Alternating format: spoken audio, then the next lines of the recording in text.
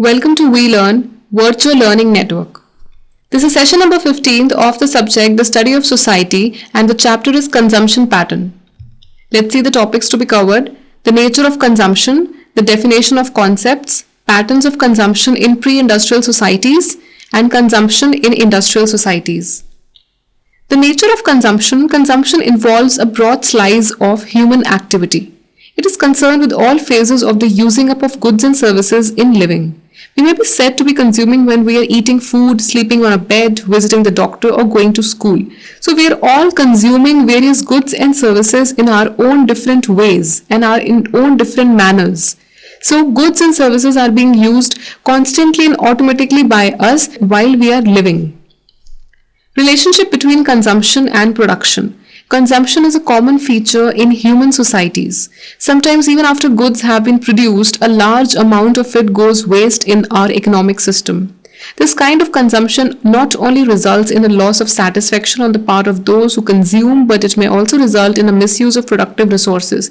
Sometimes whatever has been produced, the resources goes waste in the economic system and they are not consumed in a proper manner. So in this case, a lot of wastage happens and consumption does not happen, and misuse of resources also happen.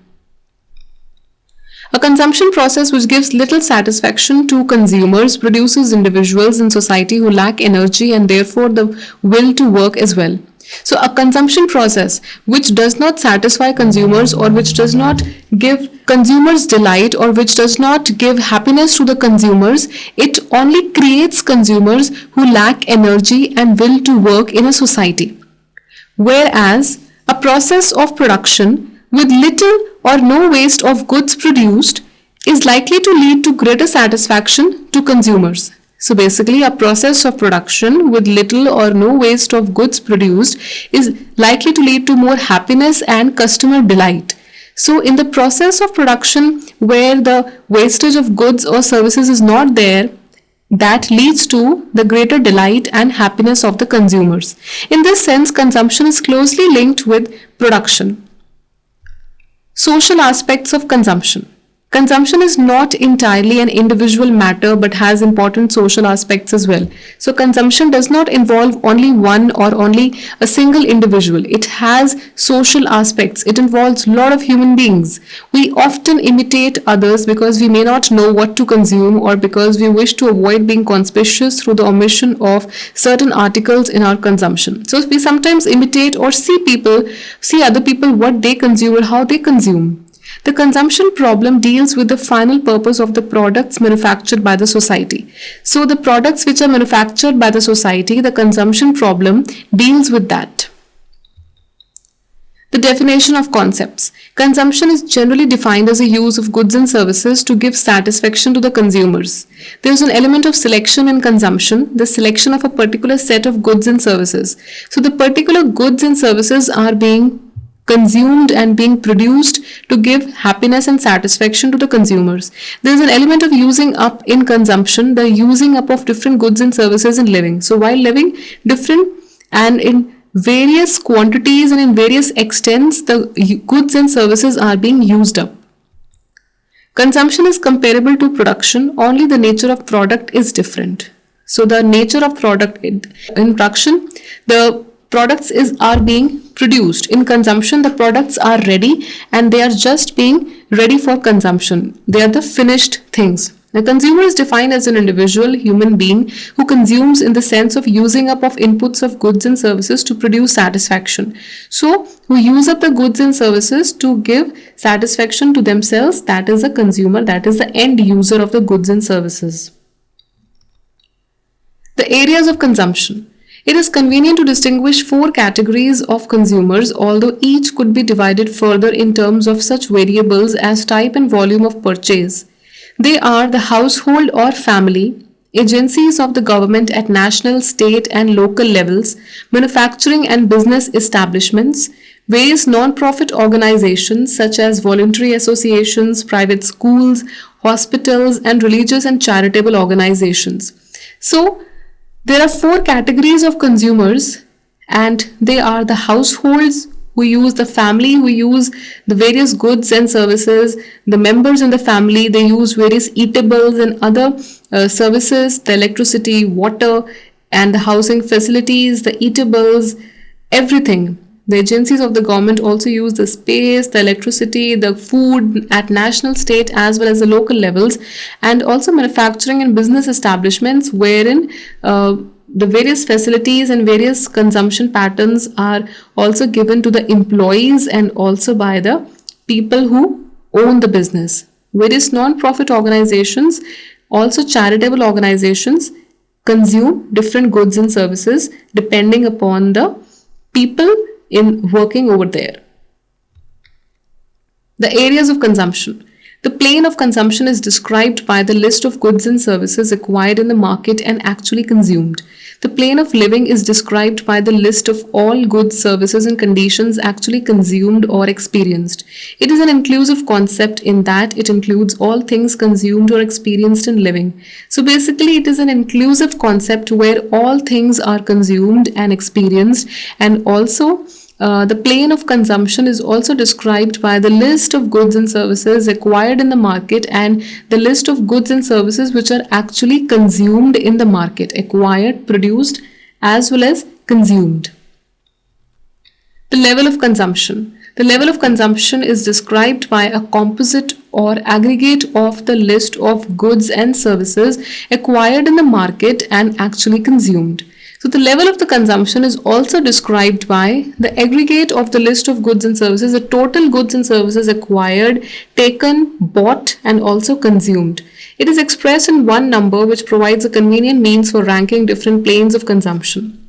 The level of living is described by a composite or aggregate of all items which comprise the plane of living. So the plane of living is comprised by various items, various articles used for production, as well as consumption by the individuals concerned. The standard of consumption is prescribed by the list of goods and services that may be acquired in the market which people think they should consume. It is a normative concept in that it refers to what ought to be rather than what is, as in the case of plane or level. So basically it emphasizes on what should be, what ought to be, rather than what is there or what is there in the reality. The standard of living is described by a list of goods, services, and condition which the individual or group strives to attain, to maintain if once attained, and to regain if lost. So the standard of living, which is described by a list of goods, services, and condition which the individual or group, basically individuals or group which they strive to attain, which they also maintain if once attained, and to regain if lost. If the goods are lost, they are able to regain them. It is a normative concept describing how the individual or group believes he or she ought to be living. So basically it is an inclusive normative concept wherein to make the people feel how they are living in a particular society. Patterns of consumption in pre-industrial societies. Sociologists and social anthropologists usually classify the economies of the world into 5 types. Hunting and food gathering. This is what used to happen in the pre-industrial society, where the people used to hunt and gather the food for their own consumption. Herding, horticulture, agriculture, farming, as well as factory industrialism. Post the industrialization, factories were set up and the mode and the way of consumption as well as production changed. Patterns of consumption in pre-industrial societies. Industrial societies, on the other hand, there is a separation of the production and consumption units as they are organized on different principles. So in industrial societies, the production as well as the consumption are separated and they are organized on different principles. The major consumption unit of final products is still the family, although other institutions such as the government also becomes an important consumer. So the major consumption of final products is done by the family, wherein the various products are bought and they are also consumed on a day-to-day basis. The daily eatables or any other facilities or the resources, so they are also consumed in a large way. Social and cultural aspects of consumption. A major factor that has rendered the study of consumption difficult in some of the pre-industrial societies has been the absence of a pecuniary standard of value, whereby the worth of resources assigned to various ends can be calculated and the resultant planes of living of a people effectively described. Food, the most fundamental necessity of life, offers the most striking case in point. So, food is the most fundamental necessity of life for every individual. Consumption, seasonal variations in food production and consumption of certain foodstuffs can effectively be stopped for a time if a chief decides so in order to save food for a social occasion. So basically, consumption of a certain type of foodstuffs can be stopped for a time being if the person or if the head decides to save food for a social gathering or for a social occasion. In several agricultural societies, domestic food supplies are at the lowest at the time of the most arduous output of physical labor and highest when there is least agricultural work. So, domestic food supplies is at the lowest at the time of most difficult output of physical labor, and the supply is the highest when there is least agricultural work. When there is no agricultural work, it is the supply of certain quantities of the food is the highest, and when there is a lot of output, physical labor is involved, then the food supply is the lowest. Consumption in industrial societies. Buying is the process through which the varied output of industries must somehow flow to provide acceptable standards of health, possessions, and happiness to the members of the society. So, with the help of buying, with the help of taking things and giving money in return is the most acceptable standard of possession, happiness, and health in the society for the members. It is a negotiation, this exchange of money for goods and services, that reveal what we call the problems of consumption. So, we purchase goods and services and we give money in return. So, this is a negotiation process which happens for consumption. Science, technology, improved merchandising, extension of personal credit facilities, all these are the facilities which are offered to the consumers at the upper level.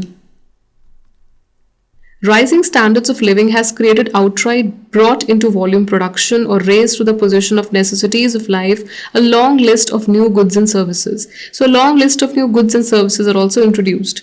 French sociologist Pierre Bourdieu, 1991, believes that different classes in a society make a distinction among themselves not only on the basis of objective reality but create a demarcation based on symbolic reality. So French sociologist says that people living with different classes in society make a distinction not only on objective but also on the way they perceive different patterns or different goods and services, not only what is there.